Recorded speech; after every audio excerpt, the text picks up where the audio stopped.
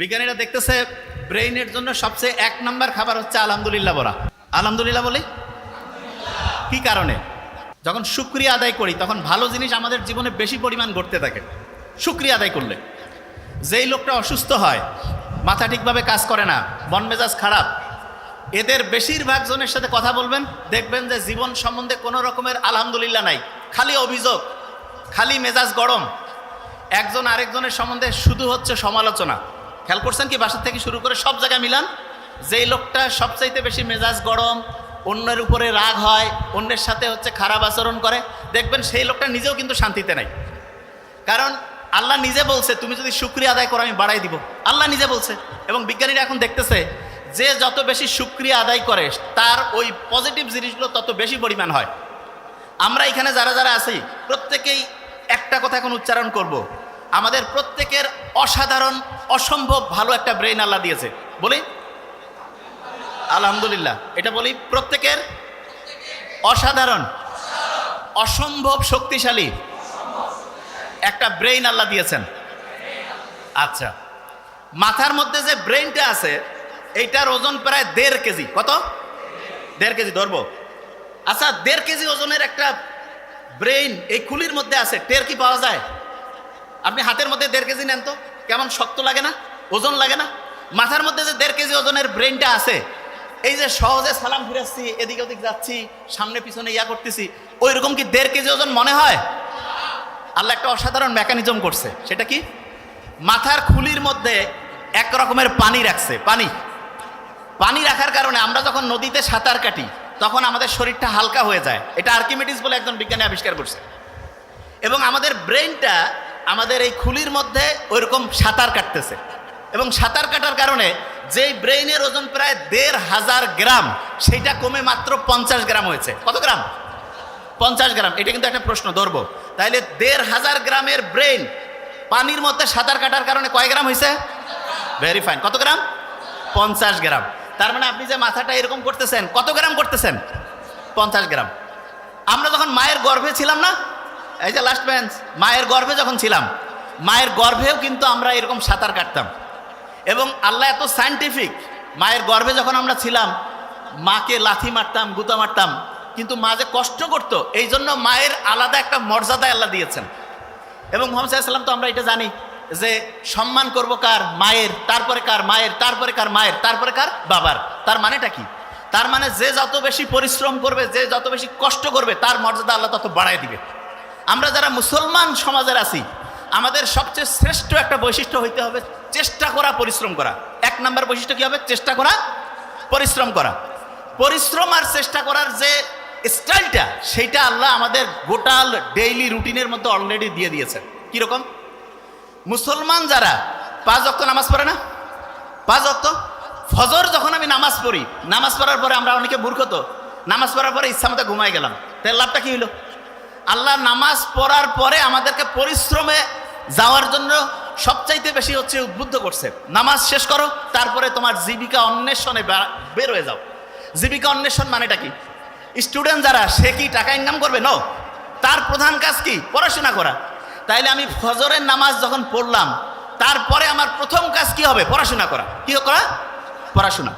পড়াশোনার ক্ষেত্রে সবচেয়ে ভালো বুদ্ধি যেটা, সেটা হচ্ছে আগে কোরআন পড়ে নিব। যেমন প্রফেসর মুখতার আহমেদ স্যার বলছেন, আমি তো শুনে খুব মজা লাগলো আজকে, যে আবু হুরায়রা রাদিয়াল্লাহু তাআলা আনহুর যে খেয়াল থাকতো না, তখন মুহাম্মদ সাল্লাল্লাহু আলাইহি ওয়াসাল্লামকে এসে বললো যে আমার তো খেয়াল থাকে না। মুহাম্মদ সাল্লাল্লাহু আলাইহি ওয়াসাল্লাম কি করলেন? তার শরীর থেকে চাদরটা খুলে নিলেন, বললো যে এটা মাটিতে বেছাও। এরপরে মুহাম্মদ সাল্লাল্লাহু আলাইহি ওয়াসাল্লাম একটু সেখানে দোয়া পড়ে একটা ফু দিলেন, বা ওনার হচ্ছে লালার থেকে কিছু জিনিস দিলেন।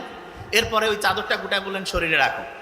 এরপরে ওই আবু হুরায়রা কি বলল? যা আমি পড়ি তাই আমার খেয়াল থাকে। ঠিক না? আবু হুরায়রার খেয়াল থাকতো না। তার মানে মানুষের মুহাম্মদ সাল্লাল্লাহু আলাইহি ওয়াসাল্লামের এই যে অসাধারণ একটা মানে বরকতের পূর্ণ অসাধারণ একটা হচ্ছে যে দোয়ার বরকতে তার স্মরণ শক্তিটা অন্য লেভেলে চলে গেছে না? তাহলে আমরা যারা এখানে স্টুডেন্টরা আছি, আল্লাহর কাছে কিন্তু মুহাম্মদ সাল্লাল্লাহু আলাইহি ওয়াসাল্লাম তো নাই, কিন্তু তার শেখানো রাস্তায় আমরা কিন্তু আল্লাহর কাছে চাইতে পারি। প্রথম যে কাজটা করবো সেটা হচ্ছে কোরআন পড়া। প্রথম কাজটা কি?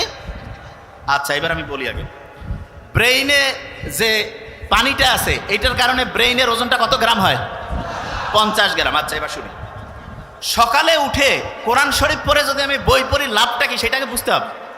কোরআন শরীফ যখন আমি পড়ব, নিউ ইয়র্ক টাইমসের নাম শুনছি আমরা, নিউ ইয়র্ক টাইমস একটা খুব বড় রকমের হচ্ছে পত্রিকা, সেইখানে একটা আর্টিকেল ছাপানো হয়েছে এরকম যে ব্রেইনটা এমন একটা অবস্থা আছে যেই অবস্থায় পৌঁছলে পড়ে 1 ঘন্টায় 5 থেকে 10 ঘন্টার পড়া যায়। 1 ঘন্টায়, এই যে লাস্ট বেঞ্চ, ওই যে লাস্ট বেঞ্চ, 1 ঘন্টায় 5 থেকে 10 ঘন্টার পড়া যায় 1 ঘন্টায়। এবং সেই অবস্থাটা তার একটা নাম দিয়েছে, কি নাম? Flow state. কি নাম? আচ্ছা আমি বানানটা করি, FLOW, ফ্লো স্টেট। তা ওরা ফ্লো স্টেট তৈরির জন্য 5টা উপাদানের নাম বলছে। কয়টা উপাদান? 5টা উপাদান। এবং খুব মজার ব্যাপার, সেই 5টা উপাদান তৈরির জন্য যে আলাদা আলাদা 5টা কাজ আছে, সেই 5টা কাজের যে সামারি, সেই কাজটা আল্লাহর নামাজের মধ্যে কোরআন পড়লে সেই সিস্টেমটা চালু করে দিয়েছে। বুঝি নাই? একজনকে বললাম যে ভাই তুমি ABCDE 5টা ওষুধ খাবা আলাদা আলাদা, আর একজনকে বললাম যে ভাই তোমার 5টা ওষুধ আলাদা খাওয়ার লাগবে না, জাস্ট একটা ছোট্ট ট্যাবলেট আছে, সেইটার মধ্যে 5টার সব কানেকশন আছে, কোনটা বেশি দামি হইল? বুঝি নাই? একজন ডক্টরের কাছে গেছে, 5টা আলাদা আলাদা ওষুধ দিছে, আর একজনের কাছে গেছে বলছে তোমার এই 5টা খাওয়া লাগবে না, একটা খাইলেই 5টার কাজ করবে। তাহলে কোনটা বেশি ভালো ডাক্তারই হইল? ওই একটা কাজ হচ্ছে নামাজ পড়া, কোরআন পড়া। কোন কাজ? বুঝি নাই, বিশ্বাস করি না তো আমরা। কারণ কি আমি জানি, বিশ্বাস আমরা করি না যে নামাজ পড়লে, কোরআন পড়লে যে ব্রেইনটা ফ্লো স্টেটে আসে, এটা আমরা বিশ্বাস করি না। কারণটা কি সেটা বলি। ব্রেইনের মধ্যে 2 রকমের নিউরন আছে। কয় রকমের? 2 রকম। আমার এটা ডান হাত না, এটা কি হাত? এরকম 2 রকমের নিউরন আছে। এক রকমের নিউরন আমি যদি ভালো চিন্তা করি সেইটাতে সে হেল্প করবে, শুনতেছি। আরেক রকমের নিউরন আমি যদি খারাপ চিন্তা করি সেটাতে সে হেল্প করবে। তার মানে আমি যেরকম চিন্তা করবো সে সেরকম করে কাজ করবে। তাহলে আমি যদি চিন্তা করি যে আমার ব্রেন অসাধারণ, তাহলে ভালো পক্ষের যে নিউরন সেটা হচ্ছে তোমাকে সফল করার জন্য সে পজিটিভলি কাজ করবে। আর আমি যদি চিন্তা করি না আমার ব্রেন ঠিকভাবে কাজ করে না, আমার মাথার মানে হচ্ছে শক্তি কমে গেছে, আমার খেয়াল থাকে না, তাহলে ওই নিউরন, যে নিউরনটা খেয়াল না রাখতে তোমাকে হেল্প করবে, সেইটা কাজ করবে। তাহলে আল্লাহ যে সবসময় ইসলাম যে বলছে যে তুমি সবসময় ভালো চিন্তা করো, ভালো কথা বলো, ভালো উপদেশ দাও, এইটাতে আমাদের কি পজিটিভ ভালো কাজ করে, সেই নিউরনগুলো কাজ করে না খারাপ কাজ করে? সেটা কোনটা? ভালো কাজ।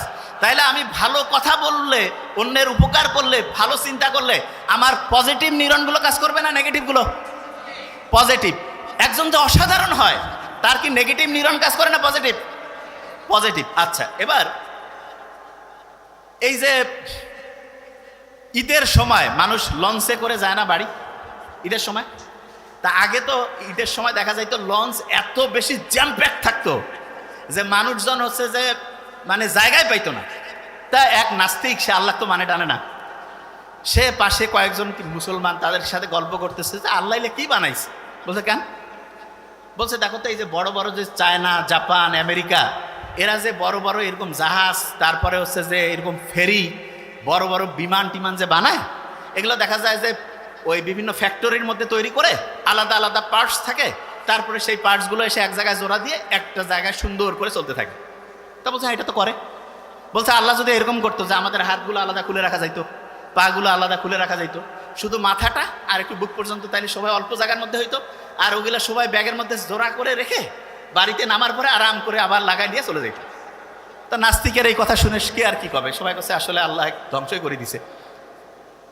ফজরের ওয়াক্তর সময় সেই নাস্তিক ঘুম থেকে উঠছে, উঠার পরে আশেপাশে যে আছে সবাইকে ডাকতেছে, ডাকার পরে বলতেছে ভাই আমাকে উজু করার সিস্টেম শিখাই দাও। বলছে কেন?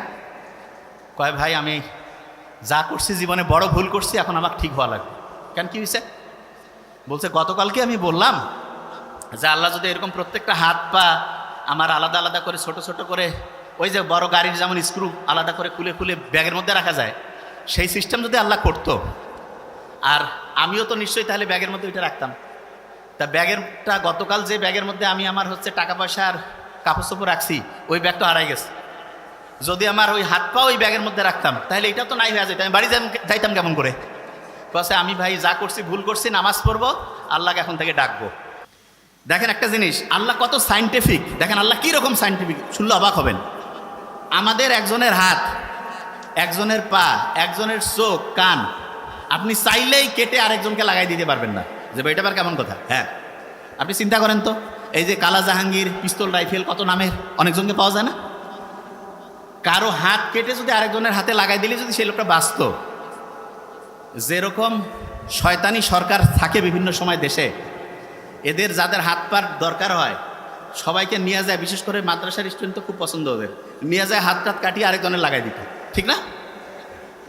দেখেন আল্লাহ জানে যে এই মানুষ কি জাত সেটা আল্লাহ তো ভালো করেই জানে।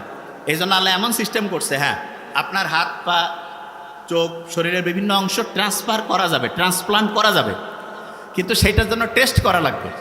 এবং সবচেয়ে ভালো হয় হচ্ছে দেখা যায় সাধারণত যার সাথে রক্তের এবং অন্যান্য গ্রুপগুলো ম্যাচিং হয় তাদের জন্য ভালো হয়। তা এইটা সাধারণত আত্মীয় স্বজন, নিজের ফ্যামিলি বা কাছের সম্পর্কের যাতে তাদের ভালো হয়, অন্যরাও হইতে পারে, তবে টেস্ট না করে যদি লাগাই দেন, যেই লোকটা বাঁচার কথা ছিল 6 মাস, সে দেখা যাবে যে 6 সপ্তাহে মরে গেছে। বুঝতে পারছেন আমার কথা? দেখেন আল্লাহ কি সাইন্টিফিক্যালি অ্যারেঞ্জ করছে জিনিসটা।